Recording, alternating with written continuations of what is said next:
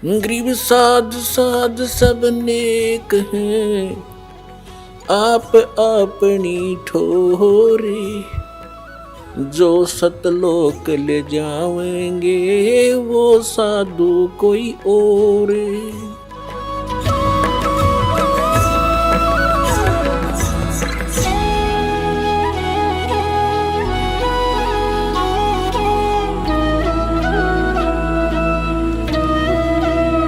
तो प्रसंग था कि परमात्मा ने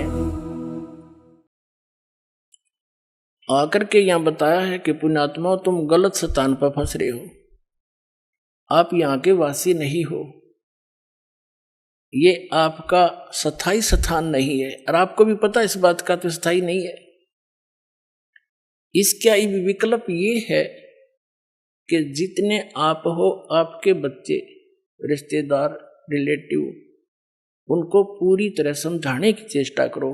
भले ही वो एक बार ना माने, प्यार से दूसरी बार 5-10 दिन के बाद जाकर फिर स्टार्ट करे, 10 दिन के बाद फिर पहुंच जा, धीरे धीरे स्वाता स्वा, जैसे उसको जितना स्वा उतने बोला फिर चुप हो जाते, वो गाली भी दे बोला ही नहीं, क्योंकि हम सारे ऐसे थे, भ्रमित थे। और फिर धीरे धीरे यह बात आप पर समझ में आ जाएगी। तो इन बच्चों को भी मालिक के लाइन में लाओ।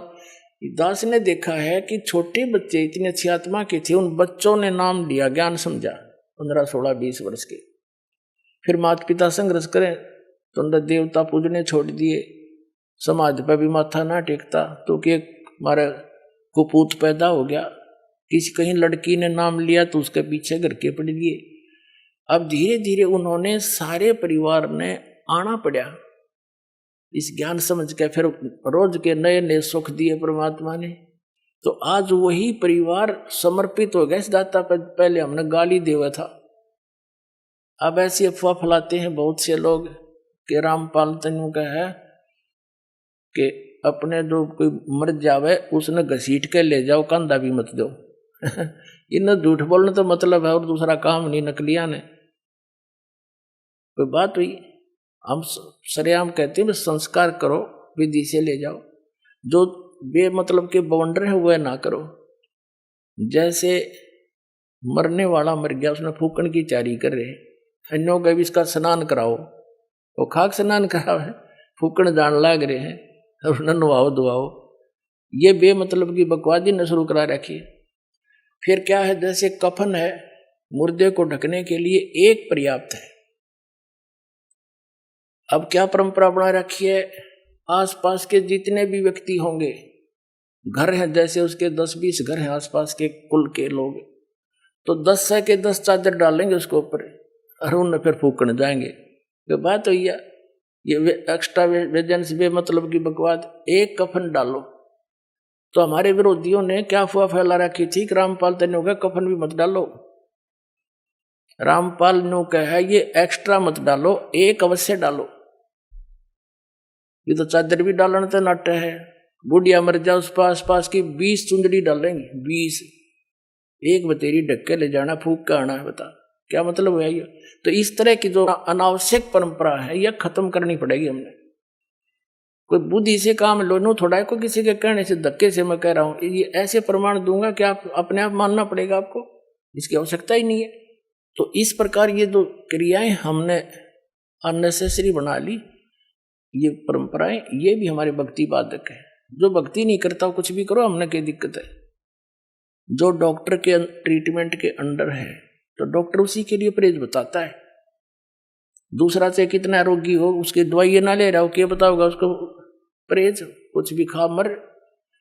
तो कहने का भाव ये है पुण्यात्माओं कि आप यहां गलत स्थान पर आ गए, ये रहने का स्थान नहीं है। अब परमात्मा ने आकर ये ज्ञान दिया कि और ज्ञान सब ज्ञानड़ी, कबीर ज्ञान सो ज्ञान, और जैसे गोला तोब का इब करता चले मैदान। ये तोब का गोला है, तत्व ज्ञान परमात्मा का दिया हुआ, और कर दिया सारा साफ। थोड़े दिन लगेंगे और घना टाइम ना लगे, क्योंकि अब तो विस्फोट सा हो रहा है। और जो दास परमात्मा का दिया हुआ ज्ञान और जो यहां भी रहने की क्रियाएं हैं, यही है जो दास बता रहे। और एक दिन पूरे विश्व को माननी पड़ेगी। या दो दास की सीख है, परमात्मा का दिया उपदेश है, और तभी हम सुखी होंगे। और इसी नाम को सबको ग्रहण करना पड़ेगा, क्योंकि भगवान का आदेश है।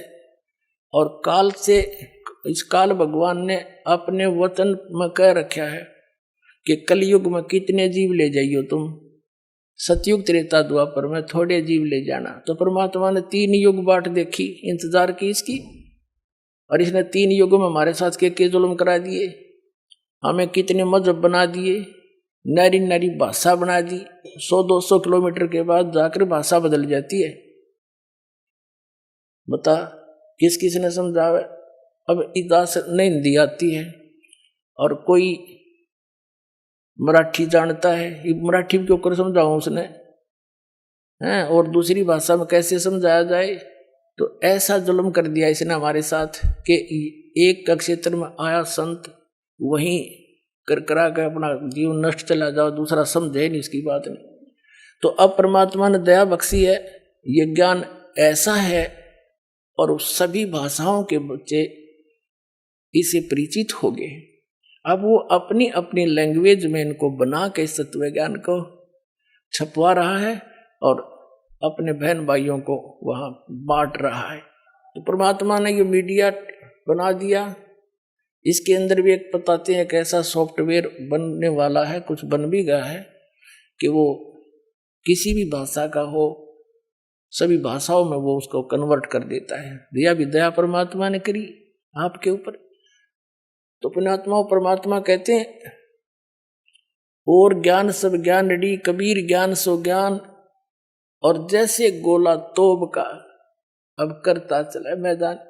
तोब के गोले का आगे किले नहीं डटा करे हैं, एक का बढ़ा दिया करे, 2-3 लागे बात तो निशान नहीं पावे। तो ये परमात्मा का तोब का गोला है। और ये सोच ले, एक किस्म का भी परमाणु बन गया। असली परमाणु दास ने बनाया है, अज्ञान के नाश करने का और सत्य को ऊपर उभारने का। एक पुस्तक जहां भी भक्त बांट आते हैं, उस परिवार पर कृपा होती है, आसपास के सुन सुना के वो भी उनसे पूछते हैं, फिर पुस्तक ग्रहण करते हैं। और वो क्योंकि अज्ञान गणा है, कई भक्तों ने कहा जी 2 वर्ष पहले पुस्तक ली थी, और आज दया हुई आपकी, बताओ इतना ज्ञान बना रखा है। एक भक्त आया महाराष्ट्र का, वो कहने लगा जी एक सांगली शहर है महाराष्ट्र में, सांगली, और वहां कोई आपकी भक्त ज्ञान गंगा बांटे थे, और हम वो मेला लगा हुआ था हमारे धार्मिक, और मैं तो भगवान शंकर का पुजारी, उसके अतिरिक्त मैं किसी ने मानू नहीं था। हमारे साथ मेरा भाई था छोटा, 10-12 वर्ष का, और हम सारा परिवार मत्था टेकने जावा थे शिव के मंदिर में। बड़ा मेला था वहां का। वह पुस्तक बेच रहा था, तो उसमें लिखा हुआ था कौन ब्रह्मा का पिता है, कौन विष्णु की माँ, ये ऐसे ऐसे। वो छोटा भाई जाकर हमसे पिता नहीं कैसे पहले वो लेने चला था, मैंने मना कर दिया कि ना ये तो बकवास लिख रखी है ना।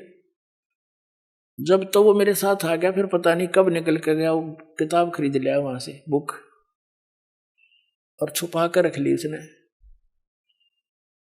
जब मैं गाड़ी से उतरने लगा, तब देखा मैंने वो पुस्तक ले रहा हाथ में, उसे मैंने छीन ली और मेज पर उल्टी रख दी कि इसके दर्शन भी नहीं करूं। वह रखी रही 2 महीने तक। एक बार मेरा कुछ ऐसी टेंशन बनी, कुछ ऐसे सर्कमस्टांस बन गए, मेरा सिर पाटन न हो गया, घनी टेंशन हो रही किसी बात की, और मैं बाहर बैठ गया चेयर लेके। थोड़ी देर में ध्यान आया, पुस्तक दिखी और रखी रखाई।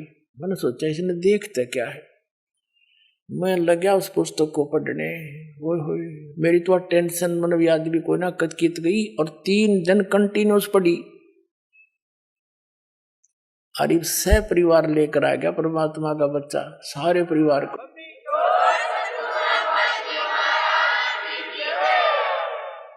तो ये एक किस्म का परमाणु बन गया ये पुस्तक परमात्मा के ज्ञान की। अब वो उससे फिर रिश्तेदार में जाती है, वहां से ले गया सैकड़ों पुस्तक, सबको दूंगा एक एक, और प्यार से पढ़ाऊंगा, अपने कसम खाऊंगा, बताऊंगा सच्चाई क्या है, मेरे जैसे भ्रमित है सारे। तो पुण्यात्माओं, आप सबका दायित्व बनता है यो कि अपने भूला न राह बतावे।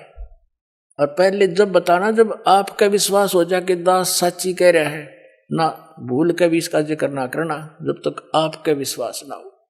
और विश्वास तो दास करा के छोड़ देगा, कोई बड़का का लेख है, भगवान के बताया हुआ ज्ञान इसमें इतनी भी मेन मेख नहीं पा सकती। और ये स्वीकार करना पड़ेगा, एक दिन आएगा। तारा मंडल बैठ कर ये चांद बड़ाई खावे, उदय भया जब सूरज का स्यों तारों छुप जावे।